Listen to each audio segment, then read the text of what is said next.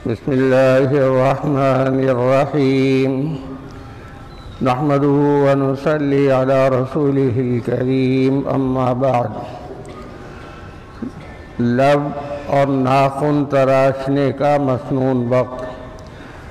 حضرت ابو عبداللہ رضی اللہ عنہ فرماتے ہیں کہ رسول اللہ صلی اللہ علیہ وسلم جمعے کے دن لب اور ناخن تراشتے تھے، اور حضرت ابو رمشہ رضی اللہ عنہ فرماتے ہیں کہ رسول اللہ صلی اللہ علیہ وسلم جمعے کے دن لب تراشتے اور ناخن کاٹتے تھے، اور حضرت ابو جعفر سے روایت ہے کہ آپ جمعے کے دن ناخن کاٹنے کو پسند فرماتے تھے۔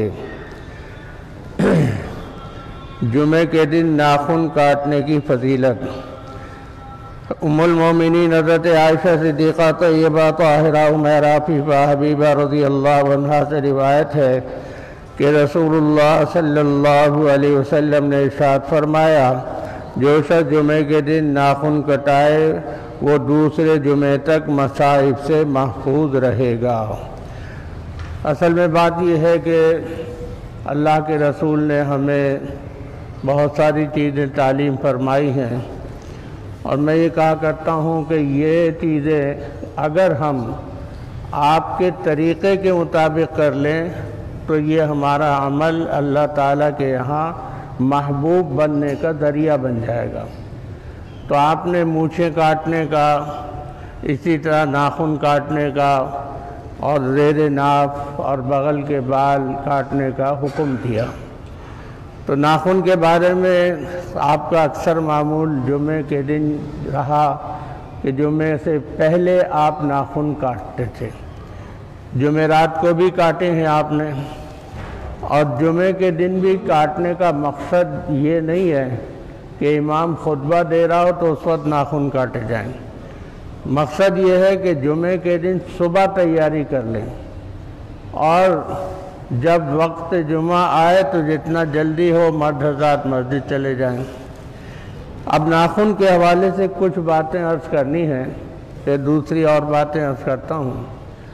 ناخن کاٹنے کا حکم اللہ کے رسول نے دیا، اور اسے انبیاء کا طریقہ بھی قرار دیا۔ بڑے بڑے ناخن رکھنا اسلام میں پسندیدہ نہیں، حتیٰ کہ اسلام نے ہمیں یہ تعلیم دی، اور یہ سب کے لیے حکم ہے، مرد عورت کے لیے، کہ زیادہ سے زیادہ آخری مدت 40 دن ہے۔ اگر 40 دن کے بعد بھی ناخن نہیں کاٹتا کوئی شخص یا کٹاتا تو یہ گناہ کی بات ہے اور مکروہ ہے۔ 40 دن کے اندر اندر کاٹ لینے چاہیے۔ اور حدیث شریف میں یہ بھی بتا دیا کہ بڑے ناخن اگر ہوں تو شیطان جو ہے اس پر بیٹھتا ہے۔ بعد میں فرمایا کہ شیطان ناخن اور گوشت کے درمیان داخل ہو جاتا ہے، اور پھر بڑا ناخن ہونے کی صورت میں جو کچھ آدمی کے ہاتھ پہ لگتا ہے پھر وہ منہ میں جاتا ہے، تو وہ گندگیاں بھی جاتی ہیں۔ اس لیے فرمایا کہ ناخن بہتر یہ کہ 8ویں دن کاٹو، زیادہ 15 دن ہو جائے، 22 دن ہو جائیں، لیکن 40 دن سے اوپر نہ ہو۔ اسی طرح ناخن دانتوں سے کاٹنا یہ بھی نقصان دہ ہے۔ طبی طور پر یہ بات لکھی ہے اطباء نے کہ ناخن جو لوگ دانتوں سے کاٹتے ہیں انہیں برس کی بیماری ہو جاتی ہے، جسم پہ سفید داغ پڑ جاتے ہیں۔ تو بہت بچوں کی عادت ہوتی ہے، بڑوں کی بھی عادت ہوتی ہے، اور وہ ناخن مستقل کاٹتے رہتے ہیں اور کوئی منع نہیں کرتا۔ تو اس لیے حکم دیا کہ ناخن کاٹو، اور اس میں بھی بہتر یہ ہے کہ سیدھی طرف سے شروع کیا جائے، سیدھا ہاتھ اور پھر الٹا ہاتھ، پھر سیدھا پیر، پھر الٹا پیر۔ اور پھر آپ صلی اللہ علیہ وسلم نے یہ بھی تعلیم دی کہ ناخن کاٹنے کے بعد کہیں صاف جگہ دفن کر دو۔ اور حضرت حکیم الامت مجدد ملت حضرت تھانوی رحمہ اللہ نے بہشتی زیور میں لکھا ہے کہ ناخن کاٹ کے گندگی میں ڈالنے سے بیماریاں پیدا ہوتی ہیں، اور ہمارے عام طور سے عرف میں ناخن کاٹ کے کچرے کے ڈبے میں ڈال دیتے ہیں، تو نتیجہ اس کا یہ نکلتا ہے کہ اثرات تو ہوتے ہیں، اب وہ چاہے فوراً ہوں یا آہستہ آہستہ ہوں، ہوتے ضرور ہیں۔ تو اس لیے بہتر یہ ہے کہ کوئی صاف زمین دیکھ کر دفنا دیں، اور یا پھر ان کو جمع کر لیں۔ مگر یہ کام ہمیں یوں بڑا مشکل لگتا ہے، جمع کرنا تو آسان ہے، جب انہیں یہ کہا جائے کہ بھئی جمع کر لو، جب کبھی کہ ماڑی جانا ہو تو نیٹی جیٹی سے پتھر ڈال کے سمندر میں ڈال دینا، تو اس کا ایک دم جھٹکا لگتا ہے کہ ماڑی جانا پڑے گا، کہ ماڑی کا کہا ہے، کوئی اور کسی ملک جانے کے نہیں کہا کہ فلاں ملک جا کے ڈالانا۔ اپنی طبیعت ہو تو کیماڑی سے بھی آگے چلے جائیں گے، منوڑا بھی چلے جائیں گے گھومنے، مچھلی کھانے بھی نکل جائیں گے، ہائی وے پہ بھی کیماڑی سے آگے نکل جائیں گے۔ اور بعض تو اتنے جنون والے لوگ ہیں کہ رات کو، یہ بات مجھے خود بتائی اس شخص نے، کہ رات کو 12 اور 1 بجے ہم یہاں سے نکلتے ہیں اور حیدرآباد جاتے ہیں، وہاں کی مچھلی کھاتے ہیں اور صبح واپس آ جاتے ہیں۔ تو اپنی خواہش پوری کرنے کو تو اتنا کر لو، اور اپنی صحت کی حفاظت کے لیے اتنا نہیں کر سکتے کہ کیماڑی تک چلے جاؤ۔ وہ بھی یہ نہیں کہ روز جانا ہے، بھئی جمع کر لو، جب ناخن زیادہ ہو جائیں یا جانا ہو تو ڈال دو۔ تو اللہ کے رسول نے یہ تعلیم دی کہ ناخن کاٹنے کے بعد صاف ستھری جگہ میں دفن کر دو۔ اور آج کل کے حالات میں تو بہت سارے معاملات ہیں جو جادو ٹونے کے چکر ہیں، ان سے بھی حفاظت رہتی ہے، اور دشمن جو ہیں وہ لگے رہتے ہیں تلاش میں کہیں سے ہاتھ لگ جائے تو کوئی نقصان پہنچا دیں۔ تو اس لیے آپ صلی اللہ علیہ وسلم جمعے کے دن ناخن کاٹتے تھے، اور کبھی جمعرات کو بھی آپ نے کاٹے ہیں۔ اور یہاں قریب میں ہی ملٹی چوک سے آگے حضرت حکیم الامت مجدد ملت حضرت تھانوی رحمہ اللہ کے خلفاء میں سے تھے، بابا صاحب کے نام سے مشہور تھے۔ تو انہیں میں نے دیکھا کہ وہ جب بھی ناخن کٹواتے تھے تو ایک چھوٹی سی تشتری میں پانی منگواتے تھے اور ناخن بھگو کے کاٹتے تھے۔ تو ایک دن میں نے کہا کہ بابا یہ کیا کرتے ہیں آپ؟ تو فرمانے لگے کہ ناخن نرم ہو جائے تو اس لیے میں کرتا ہوں۔ اچھا، ایک مسئلہ اور عرض کر دوں کہ ناخن یا بال یا زیر ناف یا بغل کے بال ناپاکی میں نہیں کاٹنے چاہیے، پاک حالت میں ہونا چاہیے۔ ناپاک آدمی ہے اگر غسل کی حاجت ہے تو نہیں کاٹنے چاہیے۔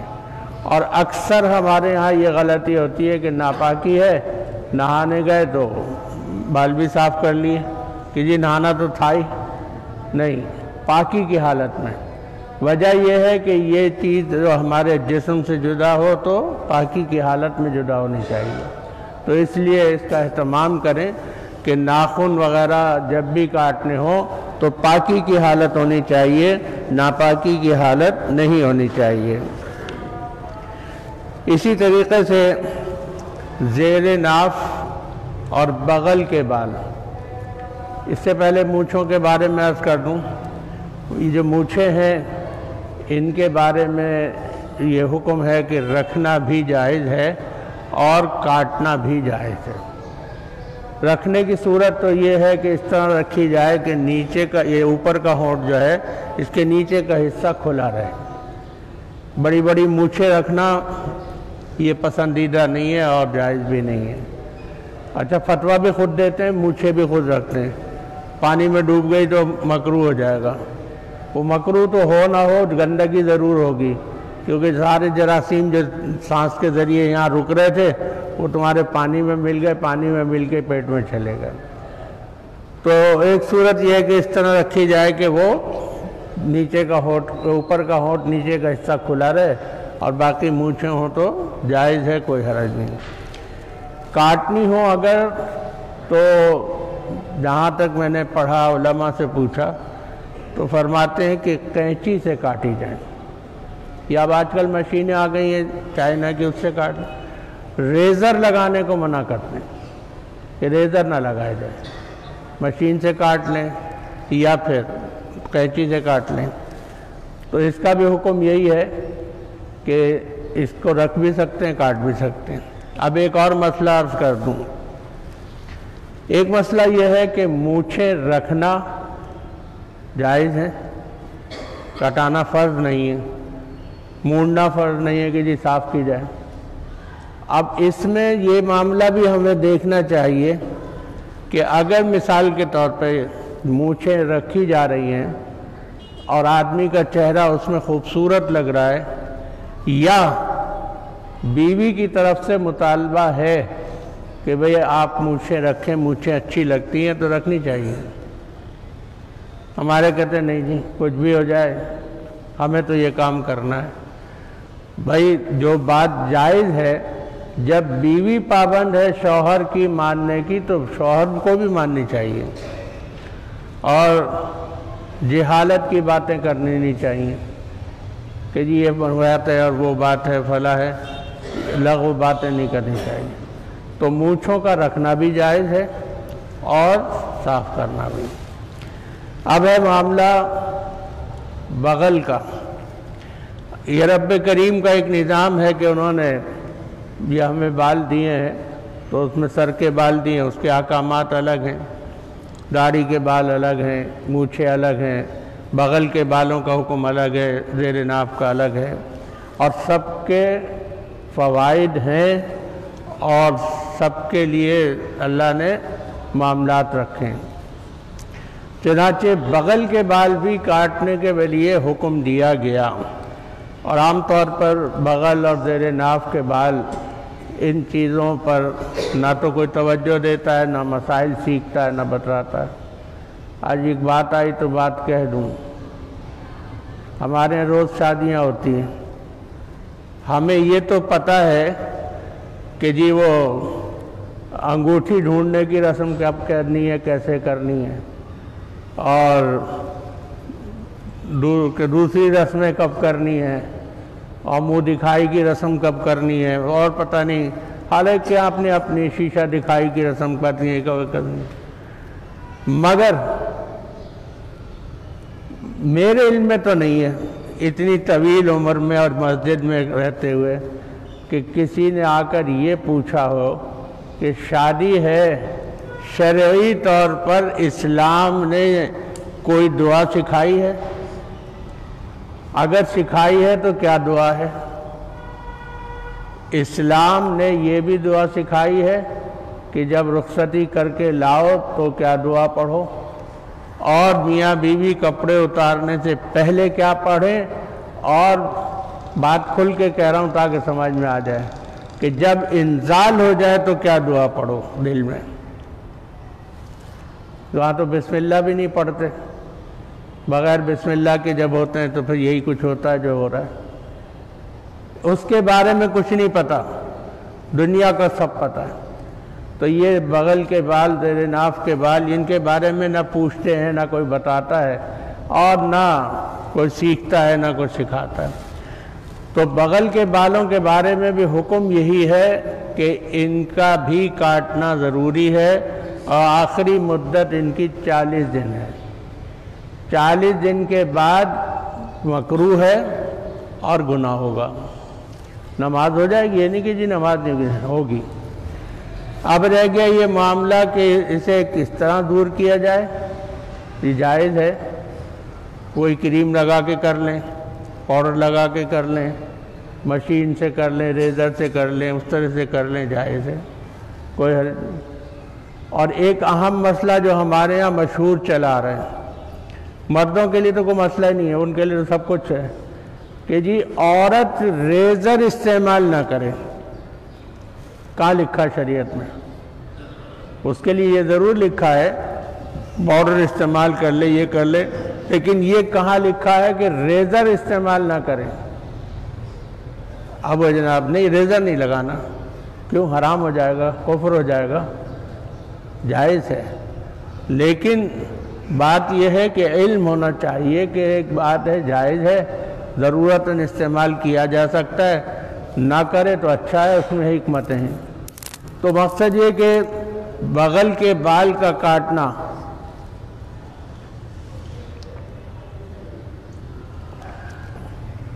یہ ضروری ہے، اب وہ چاہے کسی طرح بھی دور کیے جائیں۔ اب رہ گیا یہ معاملہ کہ اللہ نے تو حکم دے دیا اور ہم بحیثیت مسلمان ہونے کے اس پر عمل کرتے ہیں اور کرنا چاہیے۔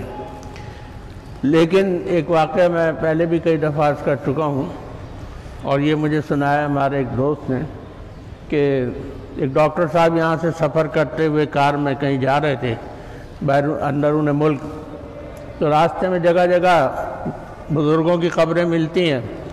کسی بزرگ کی قبر تھی، انہوں نے کہا چلو فاتحہ پڑھتا چلوں۔ وہاں گئے تو دیکھا کہ ایک جوان خوبصورت لڑکی کو گھر والے لائے ہوئے ہیں کہ جی اس کو جن بھوت چڑھ گیا ہے، بابا علاج کریں گے۔ ہمارا تو مسئلہ یہی ہے نا کہ اللہ کی طرف رجوع نہیں کرتے، قبروں کی طرف بھاگے جاتے ہیں، بابا یہ کام کر دے گا۔ وہ بیچارہ خود اپنا کچھ نہیں کر پا رہا، پڑا ہوا ہے، دفنا دیا اس کو، وہ کیا کرے گا؟ بھائی عجیب عجیب عقیدے ہیں، وہ پھر مسئلہ الگ نکل جائے گا۔ تو کہتے ہیں میں نے ان سے بات چیت کی اور اس کے حال احوال کو دیکھا تو مجھے اندازہ ہوا کہ معاملہ کچھ اور ہے، جن بھوت نہیں ہے۔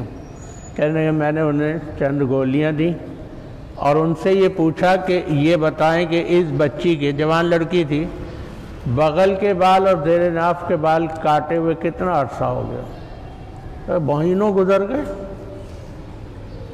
اچھا، انہوں نے کہا گھر لے جاؤ، یہ دوائیں دو اور یہ صفائی کرو، میں اتنے دن میں واپس لوٹوں گا، مجھے پھر ملنا۔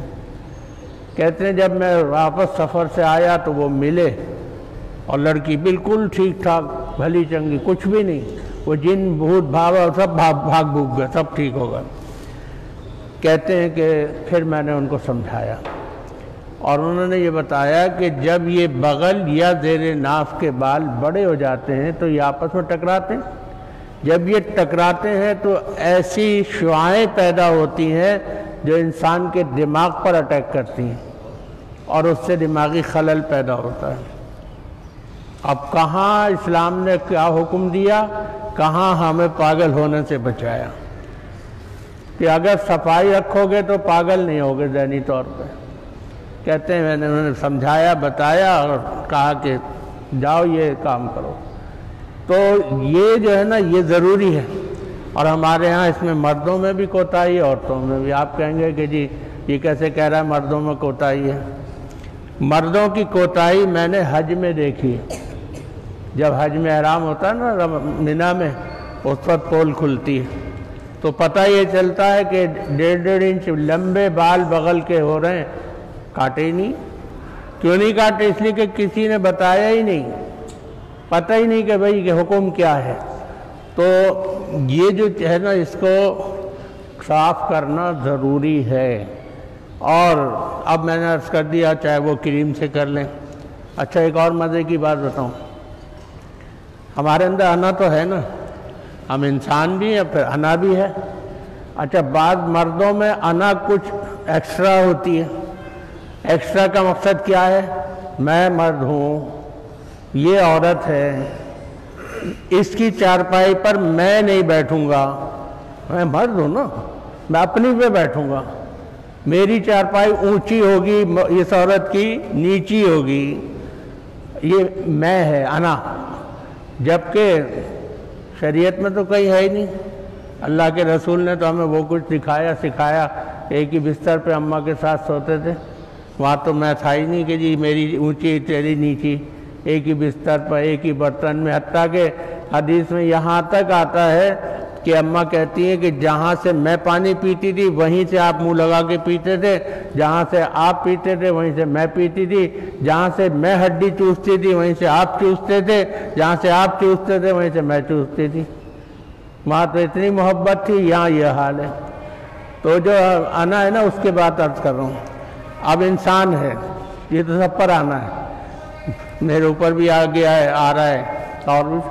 اب ایک وقت کے بعد ہاتھ پیر نگاہ سب ساتھ چھوڑتا جاتا ہے۔ اب جوانی تھی تو سب کام کر لیا، اب بڑھاپے میں خصوصاً زیر ناف کے بالوں کو صاف کرنا مشکل ہوتا ہے، ریزر لگ جاتا ہے۔ بھئی اللہ نے آسانی دی ہے تو اسپرے کر لو، مشین چلا لو۔ میری ایک صاحب سے بات ہوئی، بوڑھے آدمی تھے، کہنے لگے کہ جی ایسے ایسے ہو جاتا ہے تو زخم ہو جاتا ہے۔ میں نے کہا اسپرے استعمال کر لیں، کریم کر لیں۔ نہیں وہ تو عورتوں کی چیز ہے، ہم کیوں کریں؟ وہ لکھا ہوا ہے وہاں سے، یا آسمان سے لکھ کے بھیجا اللہ نے کہ یہ عورت کی چیز ہے۔ کمپنی نے ایک چیز بنا دی کہ یہ چیز ہے، اس کا یہ فائدہ ہے، اب جو اس سے فائدہ اٹھائے، مرد اٹھائے، عورت اٹھائے، کسی جانور کے لگا دو، اس کے بال صاف ہو جائیں گے؟ کہیں گے نہیں وہ تو عورتوں کی چیز ہے۔ تو اچھا بھائی پھر لگائے جاؤ، زخم اٹھائے جاؤ تکلیف۔ تو یہ جو انا ہے نا، یہ ہمیں توڑنی چاہیے۔ بھائی اللہ نے آسانی دی ہے، آسانی پہ عمل کرو۔ تو بہرحال بغل کے بال کاٹنے چاہیے، اور اس کی کوئی حد نہیں ہے، بغل نظر آتی ہے، مرد عورت دونوں کے لیے ضروری ہے۔ اب آخری اور تیسرا مسئلہ ہے، وقت بھی ختم ہو رہا ہے، اور وہ ہے زیر ناف کا مسئلہ۔ اچھا ایک بات اور اس کے ساتھ عرض کر دوں، ہمارے یہاں اکثر جب مسئلہ پوچھتے ہیں اس حوالے سے تو کہتے ہیں جی وہ ناپاکی کے بال، تو ناپاکی کے بال کہاں سے ہو گئے؟ اگر وہ ناپاک ہے تو نماز ہی نہیں ہوگی، ساتھ لیے پھر رہے ہو۔ یہ کہلاتے ہیں غیر ضروری بال، جسے شریعت نے کاٹنے کا حکم دیا۔ ناف کے نیچے جو بال ہیں زیر ناف کہلاتے ہیں، مرد اور عورت دونوں کے لیے ان کا صاف کرنا ضروری ہے، اور مدت وہی آخری 40 دن ہے۔ البتہ اس کا طریقہ یہ ہے کہ جب آدمی اکڑوں بیٹھے تو ناف کے نیچے 2 حصے ہو جاتے ہیں، تو نچلا حصہ جو ہے اس سے لے کر اور پھر آگے ساری صفائی کرنی ہے۔ اب وہ چاہے جس طرح بھی کر لو، مگر نہ کرنے میں نقصانات ہیں۔ ایک نقصان تو میں نے وہ عرض کر دیا، ایک میں نے پڑھا اس میں بعض جو ہے نا یہ ہندو بھی اور عیسائی یہودی یہ تو زیر ناف اور بغل کے بال کاٹتے نہیں، تو پتہ یہ چلا کہ بعض ایسے یہودی تھے کہ انہیں تکلیف ہوئی، خارش ہونے لگ گئی زیر ناف، بہت زیادہ پریشان ہوئے، ڈاکٹر کے پاس گئے اور انہیں یہ کہا کہ جی خارش بھی ہو رہی ہے اور ساتھ ساتھ یہ ہے کہ ہم جو انڈر ویئر پہنتے ہیں اس میں خون کے دھبے نظر آتے ہیں۔ تو اس میں لکھا تھا کہ انہوں نے پھر ڈاکٹروں نے اس پہ ریسرچ کی کہ کیا وجہ ہے۔ جب تحقیق کی تو پتہ یہ چلا کہ زیر ناف کے بال نہ کاٹنے کی وجہ سے اس میں جیسے جوئیں ہوتی ہیں نا، اس طرح کے کیڑے پیدا ہو گئے جو اس کے کھال کو کاٹتے ہیں، جب کھال کو کاٹتے ہیں تو خارش ہوتی ہے اور پھر خون نکلتا ہے۔ انہوں نے کہا آپ کو علاج واحد یہ ہے، اس کی صفائی کرو۔ اب دیکھیے اسلام نے ہمیں کتنی اچھی چیز سکھائی ہے، جس میں خود بخود ہماری صحت کی ضمانت بھی ہے اور حفاظت بھی ہے۔ تو یہ جو ہے نا یہ زیر ناف یہ بھی کاٹنا صاف کرنا لازم ہے، مرد عورت سب کے لیے۔ اور میں نے ایک مسئلہ پہلے بھی عرض کیا تھا کہ بہت کثرت سے یہ مسئلہ خواتین میں چلتا ہے، اور یہ مجھے اہلیہ کے ذریعے معلوم ہوا کہ بچیوں کو یہ نہیں سکھایا جاتا کہ بھئی زیر ناف بغل کے بال کب صاف کرنے ہیں، بس یہ سمجھایا جاتا ہے کہ جب ناپاکی سے پاک ہو، جب ناپاکی سے پاک ہو اور غسل کرو تو صاف کر لینا۔ اب وہ مہینہ 1.5 مہینے کے بعد جب نہاتی ہے وہ پاکی کا، اب وہ ناپاکی کی حالت میں صفائی کر رہی ہے، اب اسے یہ کیا پتا کہ ناپاکی میں کرتے ہی نہیں ہے۔ اور یہ مسئلہ ہم اس لیے نہیں پوچھتے بتاتے، یہ شرم کی بات ہے، شریعت کے معاملے میں تو شرم ہے۔ اور کل دیکھ لیجئے گا کتنے بے شرم آپ کو نظر آئیں گے، اس میں سارے نظر آئیں گے، داڑھی والے بھی، مونچھوں والے بھی، شلوار والے بھی اور پتلون والے بھی، سارے بے شرم نظر آئیں گے 14 فروری کو۔ کہاں گئی تمہاری شرم، کہاں گئی تمہاری حیا؟ اب تمہیں شرم نہیں آ رہی؟ شریعت کے معاملے میں عمل نہ کرنا، اس لیے شرم کو سامنے رکھ دیا کہ جی شرم آ رہی۔ شریعت نے ہر حکم بتایا ہے، پوچھو تو صحیح، تم معلوم تو کرو کہ حکم کیا ہے۔ تو اس لیے ناخن کاٹنے چاہیے، بڑھانا گناہ ہے، منع ہے، اور یہ نقصان دہ ہے صحت کے لیے بھی۔ اسی طرح سے جو ہے وہ بغل اور زیر ناف کے بال بھی صاف کرنے چاہیے، اور یہ حکم ہے شریعت کا، اسے پورا کرنا چاہیے۔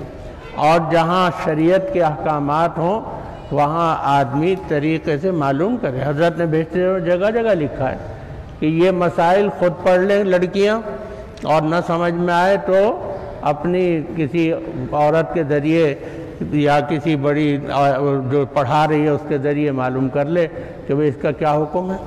تو مردوں کے لیے تو الحمدللہ مرد موجود ہیں، آدمی مسئلے کو پوچھ لے کہ جی اس کا کیا حکم ہے، بجائے اس کے کہ ساری زندگی ناپاک پھرے یا اور کوئی صورت ہو۔ بہتر یہ نہیں کہ آدمی پوچھ لے۔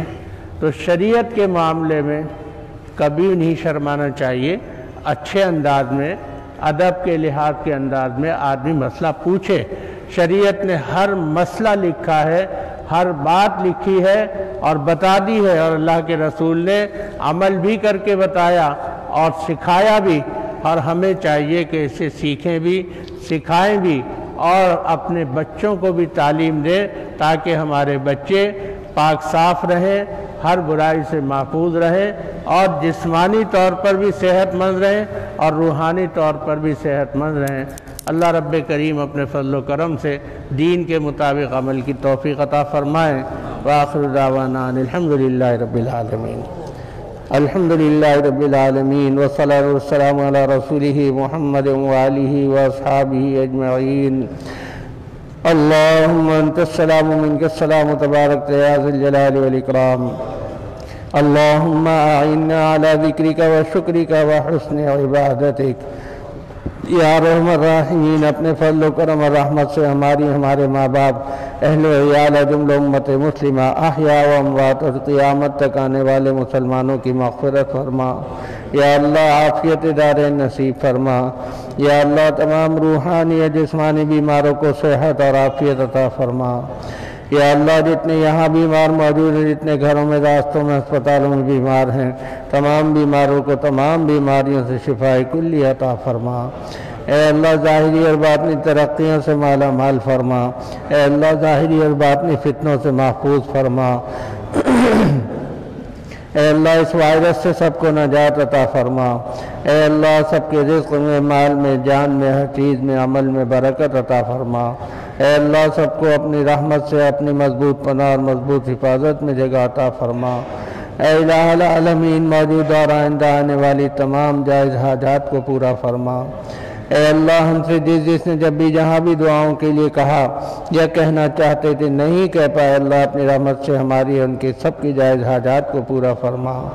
اے اللہ تمام حاضرین اور سامعین کو ان کے مقاصد حسنہ میں کامیابی عطا فرما۔ اے اللہ اپنے فضل و کرم سے ہماری دعاؤں کو اور آمین کو اور اپنے دربار کی حاضری کو قبول فرما۔ وصلی اللہ تعالی علی خیر خلقہ محمد وآلہ واصحابہ اجمعین۔ آمین برحمتک یا ارحم الراحمین۔